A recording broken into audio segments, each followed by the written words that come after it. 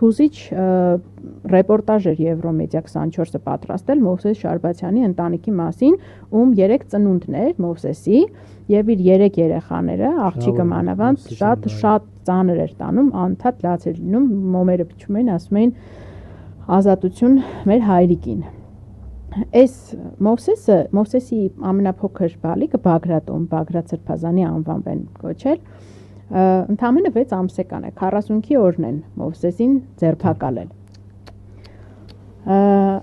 Մյուսները ավելի որ խոցելի ամենափոքրը չի հասկանում, բայց իրանց հոգեբանության համար ամենածանր ու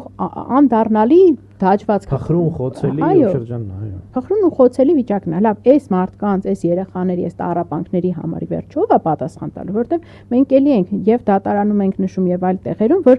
ամենաշատը կալանքը կալանավորվածին է ցավացնում։ Իսկ ամենակիչը, իսկ ամենաշատը ընտանիքին, երեխաներին, ծնողներին։